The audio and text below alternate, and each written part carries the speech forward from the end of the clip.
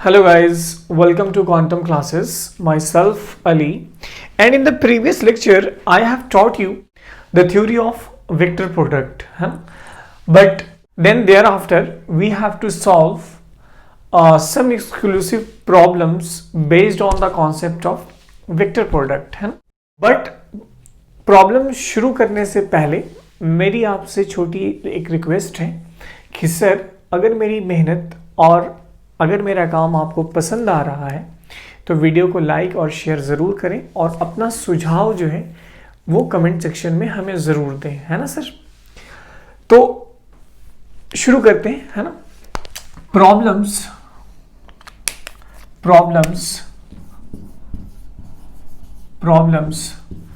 based on vector product। देखो as such कोई category नहीं है, लेकिन मैं आपकी कन्वीनियंस के लिए इसको कैटेगराइज कर रहा हूं, है ना। सबसे पहले मैं डेफिनेशन बेस्ड प्रॉब्लम, है ना, डेफिनेशन बेस्ड प्रॉब्लम क्या सर, जैसे टॉर्क जो है वो डिफाइंड होता है position vector cross force vector. In the same way angular momentum defined होता है एंगुलर मोमेंटम डिफाइंड होता है पोजीशन वेक्टर क्रॉस p, और इसी चीज को हम लोग लिख सकते हैं r क्रॉस mv, और इसी चीज को हम यहां से m बाहर लेकर के, है ना, r क्रॉस v, या force acting on a charge particle moving in magnetic field क्या होता है q v cross, this is magnetic field, है ना डियर। तो इस तरीके से जो भी डेफिनेशन मतलब वेक्टर प्रोडक्ट से डिफाइंड होती है जो चीजें, वो सारी की सारी एक तरीके से इवेलुएट की जाती है। तो इसमें r की वैल्यू गिवन रहेगी, f की वैल्यू गिवन रहेगी, आप टॉर्क बहुत आसानी से निकाल सकते हैं। r की वैल्यू गिवन रहेगी और वेलोसिटी की गिवन रहेगी, मास की वैल्यू गिवन रहेगी, आप एंगुलर मोमेंटम निकाल सकते हैं। तो ये सारी के सारी क्या है, डेफिनेशन बेस्ड प्रॉब्लम है, ठीक।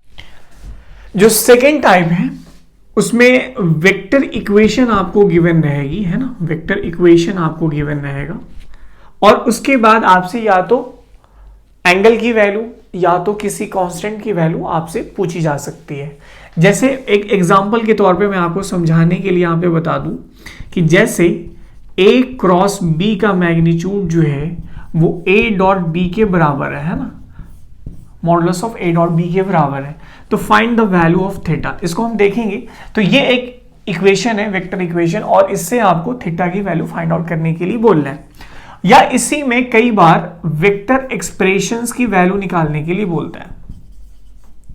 वेक्टर एक्सप्रेशंस गिवन रहेंगे, है ना, और उसकी वैल्यू इवेलुएट करने के लिए बोलता है। जैसे क्या होगा sir, a plus b cross a minus b, ये एक्सप्रेशन गिवन है और आपको सिंपली क्रॉस प्रोडक्ट लगा करके इसकी वैल्यू निकालनी रहेगी कि सर ये क्या है ना।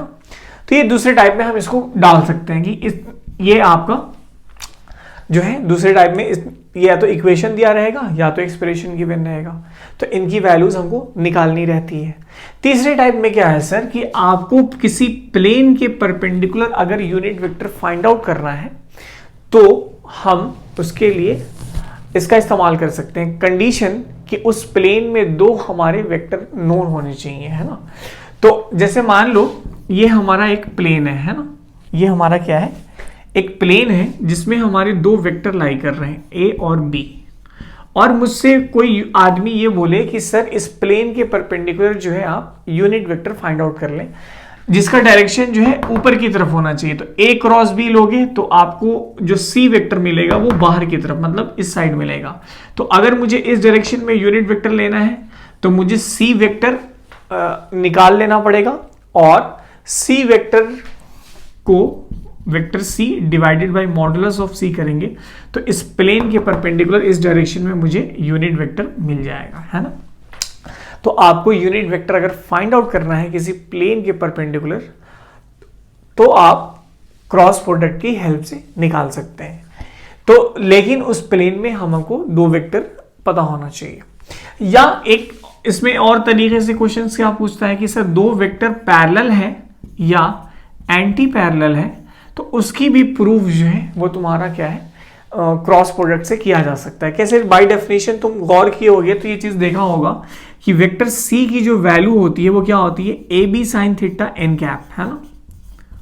लेकिन मैंने आपको ये चीज बहुत अच्छे से समझा रखी है थ्योरी में कि थीटा 0 हो या 180 हो, दोनों केस में वेक्टर सी की वैल्यू क्या होगी, नल वेक्टर होगी।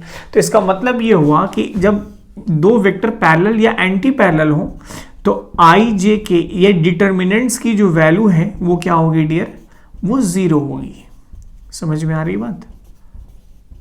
तो इस तरीके से जो है हम इतने तरह के प्रॉब्लम्स मोस्टली पूछे जाते हैं। अगर आप इतनी तरह की टाइप्स कवर कर लेंगे तो आई होप कि आपसे प्रॉब्लम जो है वेक्टर प्रोडक्ट के बहुत आसानी से स्मूथली सॉल्व होंगे, है ना। तो आप इसको पहले नोट डाउन कर लीजिए और हम फिर 1 बाय 1 चीजों को देखते जाते हैं। तो टाइप 1 डेफिनेशन बेस्ड प्रॉब्लम में, टाइप 1 डेफिनेशन बेस्ड प्रॉब्लम, इसमें क्वेश्चन लिखिए, क्वेश्चन लिखिए, फाइंड क्वेश्चन लिखिए, find torque of the force F, find the torque of the force F about point O. Find the torque of the force F about point O, where F is equal to 2i cap plus 3j cap plus 6k cap and r is equal to, इसको ऐसे लिखे ना हमेशा, r is equal to i cap plus j cap plus 2k cap। r क्या है sir? r is the position vector of point of application of force, है ना dear. Simply R और F की वैल्यू गिवन है, आपसे torque की value निकालने के लिए बोल रहा है। कुछ नहीं करना, सिंपली डिटर्मिनेंट सॉल्व कर देने, ट्रस्ट में बहुत ही स्मूथली आएगा। क्या करना है सर, आई जे के, है ना, इस तरीके से पहले रो में आई जे के लिख देते हैं। अब देखो टॉर्क जो डिफाइंड होता है डियर वो क्या होता है, आर क्रॉस एफ। तो हमने आपको बताया था कि जब भी वेक्टर प्रोडक्ट इस्तेमाल करते हैं ना, तो जो पहले रहता है, जो पहले लिखा रहता है उसके कोएफिशिएंट को पहले आई जे के नीचे लिखते हैं। तो आई की कोएफिशिएंट कितना है सर, कंपोनेंट 1, है ना। आई के साथ क्या मल्टीप्लाइड है 1, जे के साथ क्या मल्टीप्लाइड है 1 और के के साथ क्या मल्टीप्लाइड है 2, है ना। तो ये आई जे के क्या है, कोएफिशिएंट है। और एफ का क्या होगा 2, 3 और 6। कुछ नहीं करना, ये तुम्हारा टॉर्क है। इस टॉर्क की वैल्यू निकालने के लिए मुझे क्या करना पड़ेगा, इसकी वैल्यू, इसको एक्सपैंड करना पड़ेगा। तो ये आई और इसको प्लस, ये माइनस, ये प्लस, यानी कि आई लिखेंगे तो हमको प्लस इस्तेमाल करना है, जे लिखेंगे तो माइनस और के लिखेंगे तो प्लस। कुछ नहीं करना, ये दोनों हाइड कर दो, है ना। ये दोनों जब हमने आई के थ्रू वाली रो कॉलम और आई के थ्रू वाली जब मैंने कॉलम को रो को मैंने हाइड किया तो मुझे सिर्फ ये मिल रहा है ना 1 2 3 6। तो इसको मल्टीप्लाई करेंगे और माइनस इसको मल्टीप्लाई करेंगे। तो देखो 1 इंटू 6 माइनस 2 इंटू 3। ठीक, ये हो गया सर। अब उसके बाद फिर क्या करेंगे, प्लस माइनस जे कैप। अब देखो जब तुम जे कैप लोगे तो तुम्हें क्या करना पड़ेगा सर, ये और ये कैंसल, तो बचा क्या 1 इंटू 6, ये मल्टीप्लीकेशन माइनस ये मल्टीप्लीकेशन। तो 1 इंटू 6 माइनस 2 इंटू 2, अब उसके बाद फिर क्या बचा सर, आपका के कैप बचा ना। तो के कैप जब बचा तो ये देखिए ये आपका और ये, तो आपका कौन बचा 1 इंटू 3 माइनस 2 इंटू 1। तो के कैप की जगह पर 1 इंटू 3 माइनस 2 इंटू 1। तो यहां से आप देखो 1 इंटू 6 2 इंटू 3 6, ये तुम्हारा क्या हो जाएगा 0। ये 6 माइनस 2 6 माइनस 4 ये कितना हो जाएगा, ब्रैकेट के अंदर 2 आएगा और ये माइनस जे, तो माइनस 2j कैप प्लस देखो ब्रैकेट में 3 माइनस 2 1 और प्लस के, तो ये तुम्हारा प्लस के कैप। ये तुम्हारे टॉर्क की वैल्यू आई है डियर। ये सिंपली 2 मिनट के अंदर तुम्हारा आंसर तुम्हारे पास हो जाएगा, कुछ नहीं। अब देखो ये टॉर्क वाला प्रॉब्लम हो या सॉरी क्या कहते हैं उसको, टॉर्क का हो, एंगुलर मोमेंटम का हो या फोर्स का हो, सारे डेफिनेशन बेस्ड प्रॉब्लम में कुछ नहीं करना, बस डिटर्मिनेंट सॉल्व कर देना है। डिटर्मिनेंट को सॉल्व करते समय बस ये याद रखना है, ये ध्यान रखना है कि जो पहले होगा आई जे के पहले नीचे जस्ट सेकेंड रो में उसकी वैल्यू को प्लेस करते हैं, है ना। तो r क्रॉस f है तो नीचे r, है ना, फिर बाद में f है तो नीचे सबसे f। बस ये ध्यान रखना है, सबके सॉल्यूशन का जो तरीका है डियर वो एज इट इज सेम है ना। सबके सॉल्यूशन का तरीका क्या है, एज इट इज सेम है, ठीक। देखो गाइस सेकेंड टाइप है ना, सेकेंड टाइप में मैथमेटिकल इक्वेशन आपको जैसे मैंने दिया था कि a cross b is equal to modulus of a dot b, है ना, समझ गए। ये आपको एक्सप्रेशन गिवन है, then find the value of theta. तो गाइस ये क्वेश्चन जो है बहुत ही अच्छा है और बहुत ही इंटरेस्टिंग है। कैसे, a क्रॉस b की वैल्यू क्या होती है, वो ab साइन ऑफ थीटा होती है ना। a क्रॉस b की वैल्यू क्या होती है, मॉडुलस ab साइन थीटा होती है। और सर थीटा जो है क्या है, दो वेक्टर के बीच की एंगल है और थीटा की वैल्यू 0 से 180 के बीच में ही होगी। और 0 से 180 के बीच में जो है 0 और 180 डिग्री को छोड़ के ये वैल्यू हमेशा पॉजिटिव होती है, ठीक। लेकिन modulus of a dot b की वैल्यू जो है वो 90 डिग्री के बाद क्या है, a डॉट b की वैल्यू 90 डिग्री के बाद निगेटिव होती है। तो ये मॉडुलस जब हम हटाएंगे तो 0 से 90 के बीच में मुझे as it is a b cos theta लेना पड़ेगा। और जब मैं एंगल्स 90 टू 180 लूंगा तो उस समय इसकी वैल्यू नेगेटिव होती है। तो इसकी जगह पर मुझे नेगेटिव को पॉजिटिव बनाने के लिए इसके पहले मुझे माइनस लगाना पड़ेगा। कैसे, इस कॉन्सेप्ट को कवर करने के लिए मैं मैथमेटिक्स की छोटी सी हेल्प लूंगा। यहां पे ध्यान दो, आपने ये पढ़ा होगा, अगर नहीं भी पढ़ा है तो मैथमेटिक्स के एक कॉन्सेप्ट जान लो कि इस चीज को हम लोग कहते हैं मॉडुलस। ये डिटर्मिनेंट्स की भी सिंबल है, लेकिन यहाँ पे ये मॉडुलस की तरह ट्रीट कर रहे हैं, ये मैग्नीट्यूड को बता रहा है। तो modulus of x is equal to x होता है, modulus of x is equal to x होता है ना। कब, जब x ग्रेटर देन 0 है ना। जैसे x की वैल्यू मैं 1 लूं, 2 लूं, 3 लूं, 4 लूं, तो उस कंडीशन में x is equal to modulus जब हटाएंगे तो उसकी वैल्यू हम x लिख सकते हैं। लेकिन अगर मॉडुलस ऑफ x जो है अंदर x अगर निगेटिव हो गया, जैसे x की वैल्यू मैंने -2 ले ली, -4 ले ली, तो उस टाइम पे जब मॉडुलस हम हटाते हैं तो उसके पहले हम माइनस लगाते हैं। क्यों लगाते हैं सर? क्योंकि मॉडुलस एक ऐसी मशीन है जो हमेशा पॉजिटिव आउटपुट देती है ना। तो यहां से देखो, जैसे x की वैल्यू -2 लिए, -2 कंसीडर किए, तो -2 में माइनस पहले से लगा हुआ है, तो ये माइनस ऑफ -2 क्या हो जाएगा, प्लस हो जाएगा। तो ये कब कंडीशन होगी सर? जब x लेस देन 0 होगा, है ना, समझ गए। तो अब ये a डॉट b जो है ए बी कॉस थीटा है ना, ये a डॉट b की एक्सपेंशन क्या होती है, ए बी कॉस थीटा। अब ए बी कॉस थीटा की वैल्यू हम पॉजिटिव लेंगे as it is a b cos theta के बराबर। कब? जब थीटा ग्रेटर देन 0 और लेस देन 90 हो, है ना, क्योंकि आपका जो डॉट प्रोडक्ट है वो 0 से 90 के बीच में क्या है, आपका क्या होता है, पॉजिटिव होता है ए बी कॉस थीटा की में। लेकिन यही value minus of a b cos theta हो जाएगी जब थीटा आपका ग्रेटर देन 90 और लेस देन 180 हो, less than equal to 180 degree हो, है ना, ये चीज। तो अब इस कंडीशन को, आपकी कंडीशन क्या गिवन है कि modulus of a cross b is equal to modulus of a dot b, तो मतलब ए बी साइन थीटा की एक बार value a b cos theta के बराबर होगी।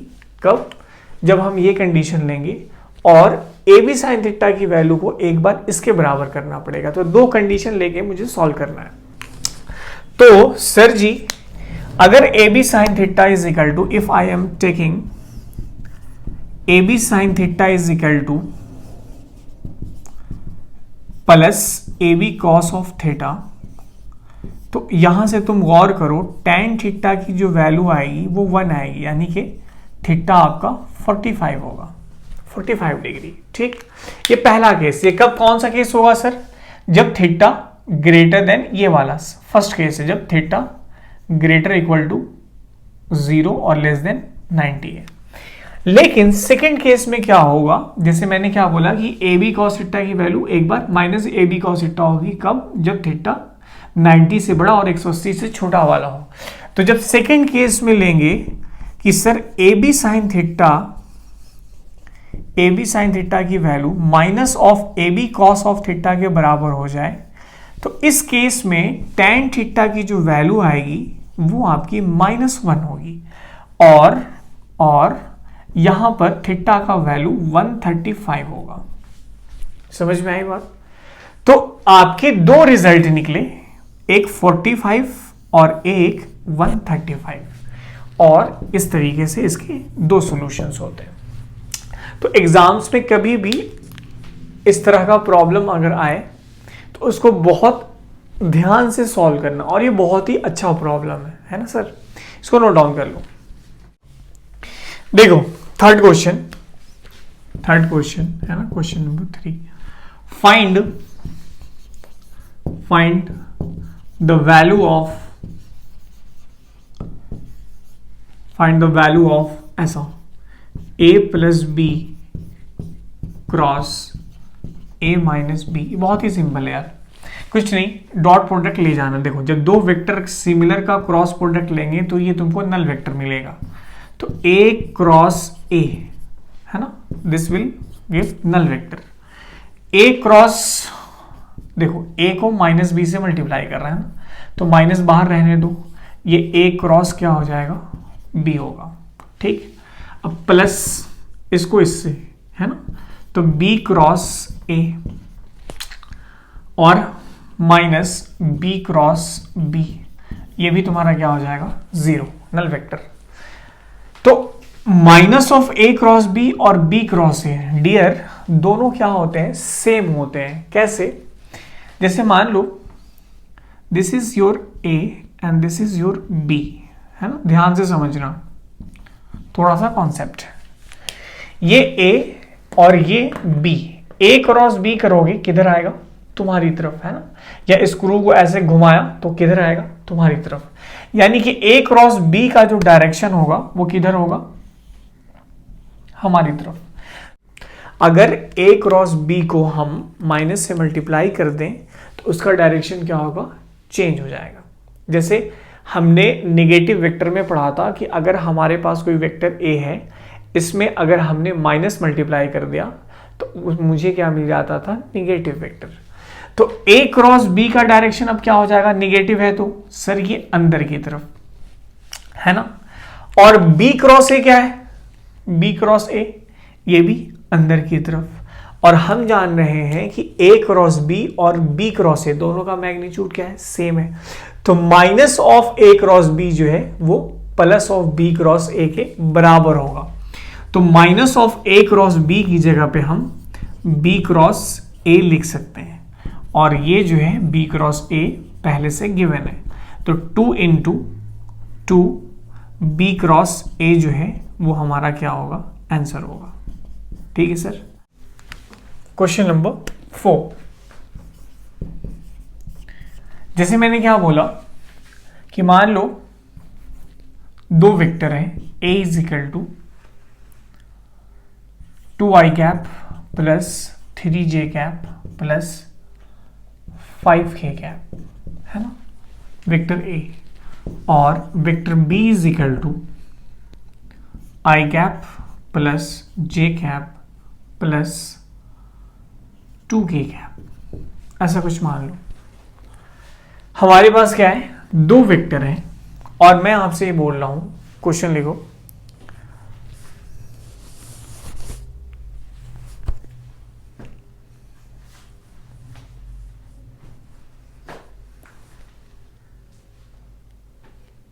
क्वेश्चन लिखो, two vectors a and b are given as follows, और ये दोनों वैल्यूज उतारो। two vectors a and b are given as follows, find the value of a unit vector, find the value of a unit vector which is perpendicular to the plane containing both the vectors, है ना sir. तो देखो कभी इस बात से confusion मत पालना कि देखो a क्रॉस b लोगे तब भी तुम्हें परपेंडिकुलर मिल जाएगा, b क्रॉस a लोगे तब भी तुम्हें परपेंडिकुलर मिल जाएगा। मैंने तुमसे सिर्फ ये बोला है कि मुझे उस प्लेन के परपेंडिकुलर क्या चाहिए, एक यूनिट वेक्टर चाहिए, ठीक। तो मैं क्या करूंगा कि a क्रॉस b की वैल्यू जो है डिटर्मिनेंट्स मेथड से मैं फाइंड आउट कर लूंगा। i j के पहले मेरा a है तो 2 3 5,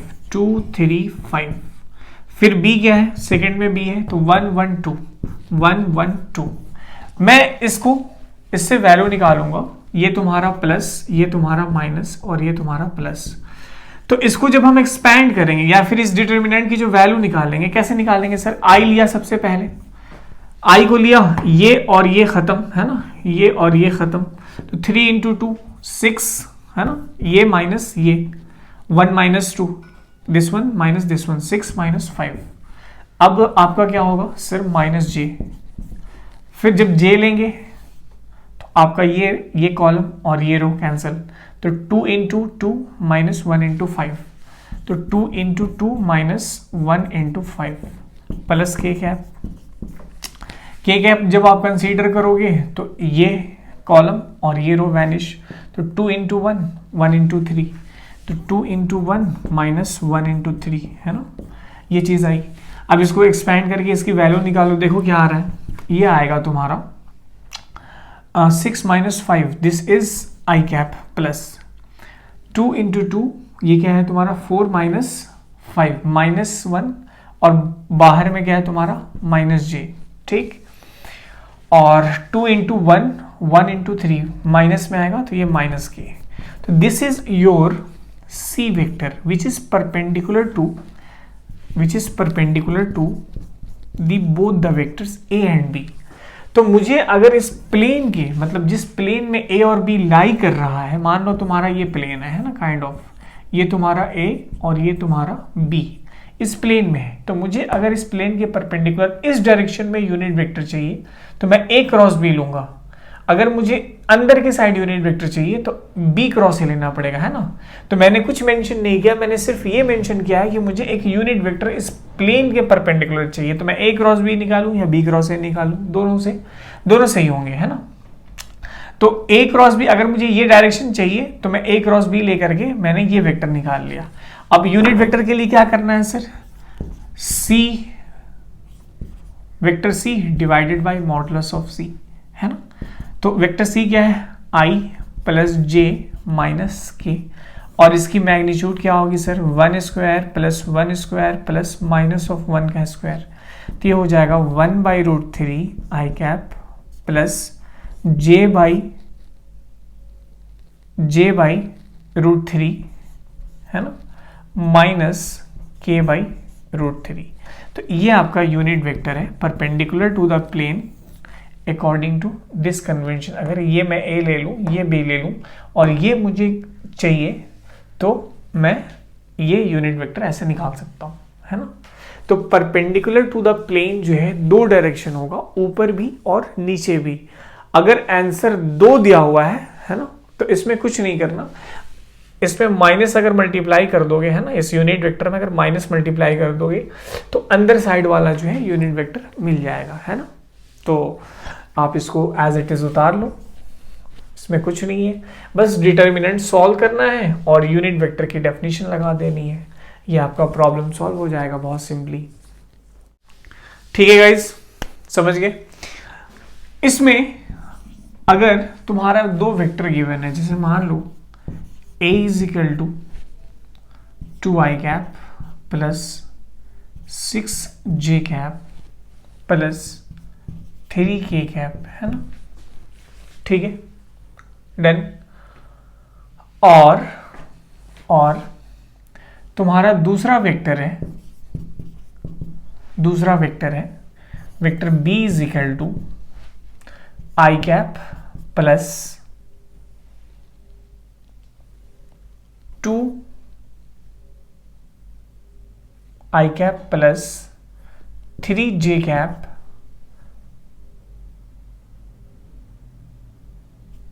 प्लस अल्फा के कैप, है ना, अल्फा के कैप, ठीक, समझ गए। तो आपसे मैं ये पूछ रहा हूं कि find the value of alpha, find the value of alpha so that a and b are parallel, है ना। ये बहुत ही सिंपल क्वेश्चन है, बस इसका आंसर जो है आप कमेंट सेक्शन में जरूर बताना। कुछ नहीं करना, दोनों का जो है आप चाहो तो डिटर्मिनेंट्स लेकर के वैल्यू 0 करो तो अल्फा की वैल्यू निकल जाएगी, है ना, समझ गए। तो इस तरीके से जो है आप इसको सॉल्व करना, सॉल्व करके बताना मुझे। एक इसमें एक और बच रहा है कि कंडीशन बेस्ड प्रॉब्लम भी कभी कभी पूछे जाते हैं, है ना। तो एक और टाइप है, तो उसको हम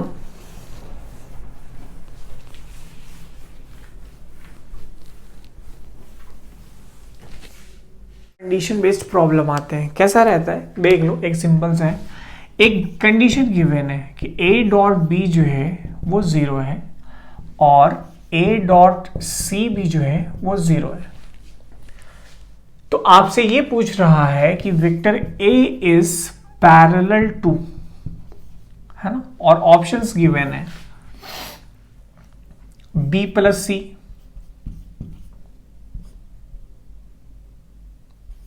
option b, b cross c, option c, both, option d, none of these. तो देखो डियर, एक बात तो पक्की है कि a डॉट बी वो 0 हो रहा है, और कंडीशन यहां पे डाल लो कि modulus of a, modulus of b और मॉडुलस ऑफ c, ये तीनों जो है वो 0 के बराबर नहीं है, मतलब किसी का भी मैग्नीट्यूड 0 नहीं है। तो a डॉट बी 0 होने का मतलब क्या है कि a और b जो है आपस में क्या होंगे, परपेंडिकुलर, और a डॉट सी जो 0 होने का मतलब क्या है कि ये भी आपस में परपेंडिकुलर। इसका मतलब ये हुआ कि b और c जो है आपस में क्या होंगे, एक प्लेन में लाई कर रहे होंगे, है ना, समझ में आई बात, दोनों कोप्लेनर है। तो एक पॉसिबिलिटी ये हो सकती है कि जब b क्रॉस c लोगे, है ना, तो वो तुम्हारा इसके परपेंडिकुलर आएगा, b क्रॉस c क्या आएगा, इसके परपेंडिकुलर, और b क्रॉस c जो है परपेंडिकुलर जब आ गया तो यही डायरेक्शन क्या होना चाहिए, a का होना चाहिए, क्योंकि a डॉट b ये भी 90 और a क्रॉस c ये भी, a डॉट c ये भी 0, है ना। तो इसका मतलब ये हुआ कि a डॉट c और a डॉट b जो है a का डायरेक्शन a दोनों पे परपेंडिकुलर है ना। तो और हम जानते हैं कि b, इसका जब हम क्रॉस प्रोडक्ट लेते हैं तो क्रॉस प्रोडक्ट जो आता है वो इन दोनों वेक्टर के ही परपेंडिकुलर होता है। तो मतलब a और b क्रॉस c जो है दोनों आपस में पैरेलल होंगे। तो ये जो है हमारा एक पॉसिबल ऑप्शन है। एक पॉसिबिलिटी ये है कि ए इज पैरेलल और एंटी पैरेलल, मतलब अगर इसको ऐसे देता तो ये ज्यादा आंसर बेहतरीन होता, क्योंकि बी अगर इधर आ जाए, बी इधर आ जाए और सी नीचे आ जाए तो बी क्रॉस सी किधर होगा सर, इस साइड, और ए अगर इधर मान लो, है ना, ए अगर इधर मान लो तो ए इधर और बी क्रॉस सी अंदर, तो उस कंडीशन में क्या होगा कि तुम्हारा पैरेलल और एंटी पैरेलल दोनों ऑप्शन होना चाहिए था, है ना। तो ऑप्शन में सिर्फ एक ही गिवन है, बाकी कोई आंसर कंपैरेबल नहीं है, तो हम इसको ले सकते हैं। तो इस तरीके से हमारा जो है वेक्टर प्रोडक्ट्स के जो प्रॉब्लम है वो खत्म होते हैं। ठीक है सर। तो आज के बाद हम नेक्स्ट सेशन में या तो मैं काइनेमेटिक्स शुरू करूंगा, काइनेमेटिक्स के लेक्चर नहीं, इसके बाद जो है मैं एससी वर्मा के जो प्रॉब्लम्स हैं ऑब्जेक्टिव 1, ऑब्जेक्टिव 2 और उसकी एक्सरसाइज, ये मैं थॉरली सॉल्व करके अपने चैनल पे लाऊंगा। ठीक है सर, चलिए।